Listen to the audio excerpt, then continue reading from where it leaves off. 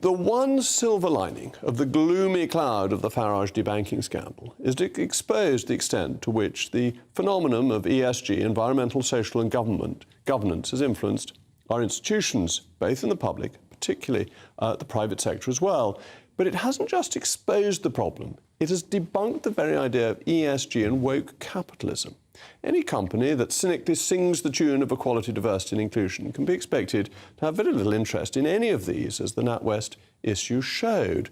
But in the latest chapter, the infection of woke in our institutions has gone further than you might have expected. It's emerged that 77 NHS trusts have signed up to a scheme called the NHS Rainbow Badge Scheme, in which LGBT charities mark institutions down if they use terms such as mother or woman. In fact, I read the report of the Royal United Hospital in Bath, and I'm pleased to say that the hospital scored 0 points on the gender-neutral language category, and I hope that they will keep this up. But they've spent money ordering a report rather than focusing on caring for patients to beat them up for not allowing mothers to be called mothers. But there are about a third of trusts in the UK have paid for these bizarre schemes to get the rainbow qualification. The question is, what's going on in the health service when it's reportedly spending nearly £250,000 on these schemes, when it's got serious problems with the care of patients? Look what happened in Chester Hospital, in which there will have to be a review. So instead of focusing on actually making people better and looking after sick babies, it's wasting money on reports about not calling mothers mothers. Anyway, I'm delighted now to be joined by Humperdinck Jackman of ESG Pro. Thank you so much for coming on. Why are public service institutions spending money on things that seem to me to be so entirely wasteful that the report on the Royal United expects people to be asked when they go in pretty much the first question, not what's wrong with you, but what's your gender? Can this possibly be the right way to be treating patients? I'm no clinician, but I don't think this is the right approach. But I think really it comes down to, it's a corruption of what you touched on, environment, social and governance. It's a corruption of what the whole ethos has been about for all of these years. As I see it, this critical social justice approach is a learned political attack where the antagonists have learned from critical race theory, something we've imported lock, stock and barrel from the United States. And they're using social justice and DEI as a vehicle to promote their own very specific agendas, which are not what society overall wants or what individuals want. And it's very narrowing, isn't it, of freedom of speech? I looked at the report on the Royal United, partly because it's the hospital that serves my constituents. I know it well. It's got an absolutely excellent chief executive who works very hard to improve standards for patients. But this report has a trigger warning on comments made by people at the hospital, one of whom said, please don't waste money on rainbow badges. They're environmentally unfriendly and it's unnecessary virtue signalling. But this requires a trigger warning because it may be so offensive. Well, what price free speech if you can't even say that rainbow badges are a waste of money? ESG is all about free speech. Freedom of expression. It doesn't come across like that, does it? That's how it's been interpreted and been twisted to be interpreted by the proponents of these very loud voices who speak for a minority. Because if you look at the whole Nigel Farage affair with NatWest, that wasn't free speech at all. They really disliked his free speech and therefore took away his banking facilities. So explain to me, because you know a great deal about ESG, how did it start out in support of free speech and in support of good governance? And a bit more about how this has been led astray.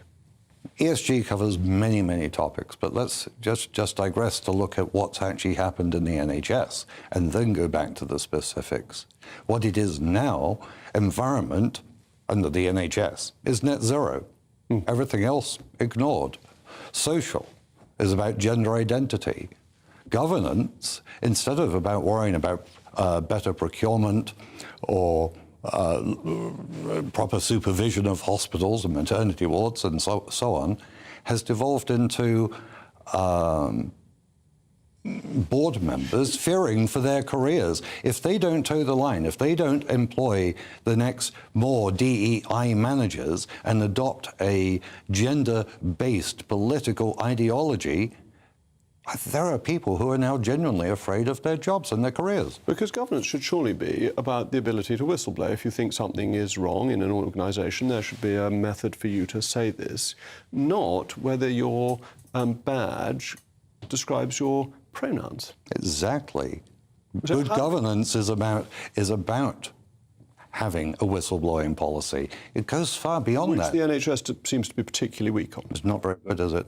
Well, that's what we've seen recently. So how do you get, as a proponent of ESG, it back on the right track, or actually is it a lost cause? It's by no means a lost cause. In fact, it's something we're helping small businesses especially fight against the corporates who are twisting the evidence in their favour and being a bit clever about covering up specifics.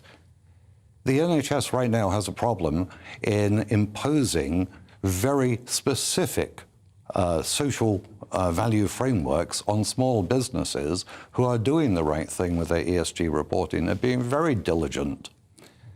But the argument is being distorted by people who are worried about language grading. I mean, the article in The Sun today about not referring to mothers is a language grading which is actually going to disenfranchise the very stakeholders who want to be heard, who want jobs in the NHS, who can bring value. And that there is this element to which the gender issue discriminates against women going about their ordinary lives and denies them the opportunity to be called mothers, and also forces people to have to identify themselves by gender rather than just going into hospital and being treated and saying, well, look, I've got a pain in my leg or hand or wherever. And this is just a very odd way of dealing with health, isn't it? Well, exactly. I had an X-ray on my knees last week, and there were multiple... Did they ask you what your gender was? Absolutely. They did? Yes. What? For no clinical reason, but how will any clinical outcome be improved by a rainbow badge? Or by you being asked what your gender is? That isn't this actually quite intrusive? Can't people just be left alone to go into hospital and be treated and not have to be quizzed as to something that, in most cases, will be perfectly obvious? Well, what disturbs me about the twisting of the ESG narrative in this regard is, for several decades now, was the campaign that there should be single-sex wards to protect primarily the dignity of women. And that's now being reversed, and part of this report is that there should be open toilet facilities for men and women in case people don't want to indicate which they are. And gender-neutral toilets in schools where schoolgirls are exposed to, potentially, some boy holding a phone over the cubicle. All of this is paid for by taxpayers, and it costs an absolute fortune when we want that money spent on patients and on pupils. And they've spent £200,000 of taxpayers' money. And that pales into insignificance compared to the costs, the salaries of and employing all of these DEI managers. You're going to have to come back and talk about that next time. So thank you very much, Humperdinck.